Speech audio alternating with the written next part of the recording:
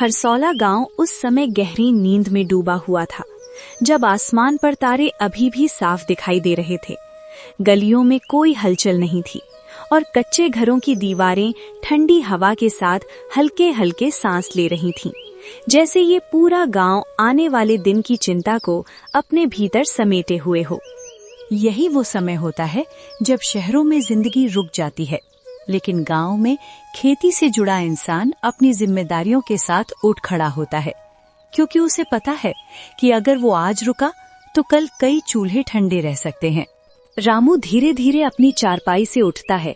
उसकी उम्र 45 साल के आसपास है। कमर झुकी हुई है, घुटनों में दर्द है, लेकिन आंखों में आज भी वही पुरानी आदत है जो हर किसान में पाई जाती है, यानी हालात चाहे जैसे भी हों, हार न मानने की जिद।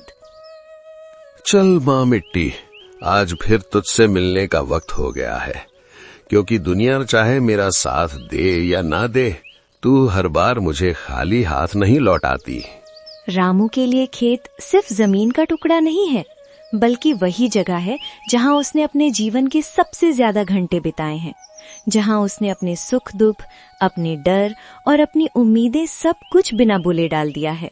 पिछले 2 सालों से हरसौला गांव ने बारिश को तरसते हुए देखा था।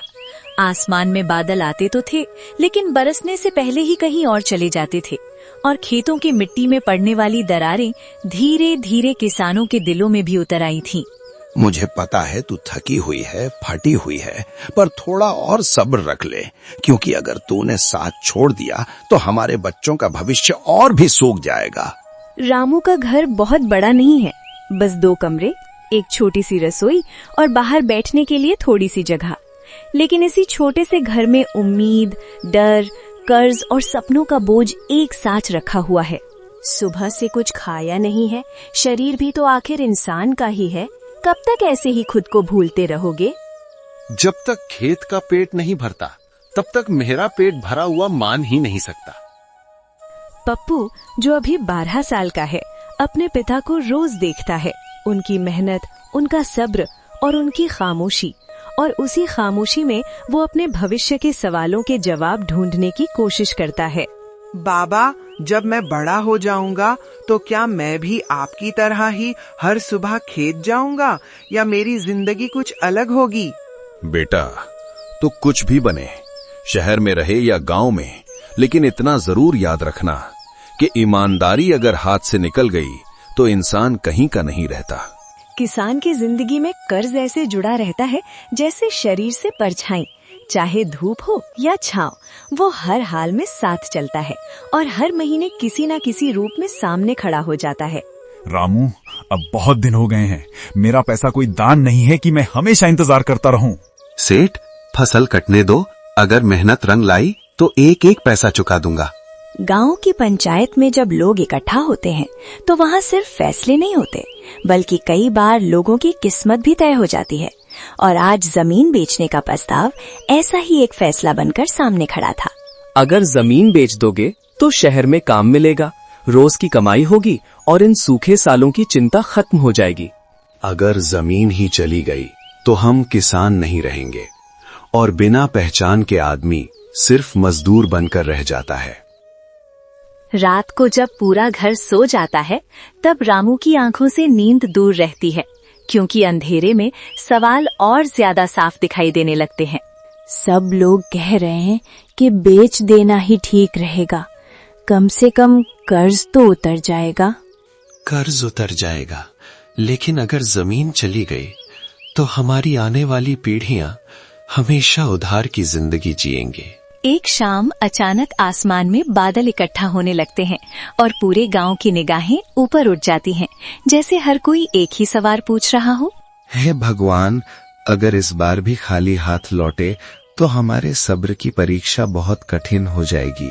रामू जब बीज बोता है तो वो सिर्फ फसल नहीं बोता, बल्कि वो अपने बेटे की पढ़ाई, अपनी पत्नी की सुरक्षा और अपने आत्मसम्मान को मिट्टी में सौंप देता है। तू जब बड़ा होगा तब शायद मेरे बेटे की जिंदगी भी थोड़ी आसान हो जाएगी। मेहनत के बीच एक और खबर आती है, जो किसान की कमर तोड़ने के लिए काफी होती है, क्योंकि इस बार बाजार में फसल के दाम बहुत नीचे गिर चुके हैं।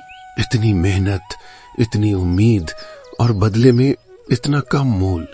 पप्पू की पढ़ाई, जो रामू का सबसे बड़ा सपना है, अब पैसों की कमी के कारण खतरे में दिखाई देने लगती है। अगर फीस जमा नहीं हुई तो मजबूरी में नाम काटना पड़ेगा। एक मौका और दे दीजिए, मैं इंतजाम कर लूंगा। जब इंसान कमजोर होता है तभी गलत रास्ते सबसे आसान लगते हैं, और आज रामू के सामने भी ऐसा ही एक प्रस्ताव रखा गया था। फसल खराब दिखा दो, मुआवजा मिल जाएगा, किसी को पता भी नहीं चलेगा। नहीं, मैं अपनी मिट्टी के साथ धोखा नहीं कर सकता। रात के सन्नाटे में रामू खेत के बीच खड़ा है। उसके चारों तरफ अंधेरा है, लेकिन उसके भीतर सवालों की रोशनी जल रही है। ईमानदारी का रास्ता हमेशा कठिन होता है, लेकिन वही रास्ता इंसान को भीतर से मजबूत बनाता है। माँ, अगर आज तुझे बचाया तो क्या तू कल मेरे बच्चों को बचा पाएगी? भूखा रह सकता हूँ, अपमान सह सकता हूँ, लेकिन झूठ और धोखे से नहीं जी सकता। जब फसल कटती है तब हाथों में छाले पड़ते हैं, शरीर थक जाता है, लेकिन अगर आत्मा साफ हो तो इंसान का सिर झुकता नहीं। मंडी में किसान सबसे ज्यादा अकेला होता है, क्योंकि वहाँ उसकी मेहनत की कीमत दूसरे तय करते हैं। इतना ही दाम मिलेगा, लेना है तो लो। ठीक है, अगर और मिल जाता सेठ तो बहुत अच्छा होता। कभी कभी ईमानदारी की परीक्षा के बाद जिंदगी खुद रास्ता दिखाती है। हमें आपकी बिना रसायन वाली फसल सीधे खरीदनी है। जो लोग कल तक रामू पर हंसते थे, आज वही उसकी मिसाल देने लगे हैं। इसने सही किया, तभी आज खड़ा है।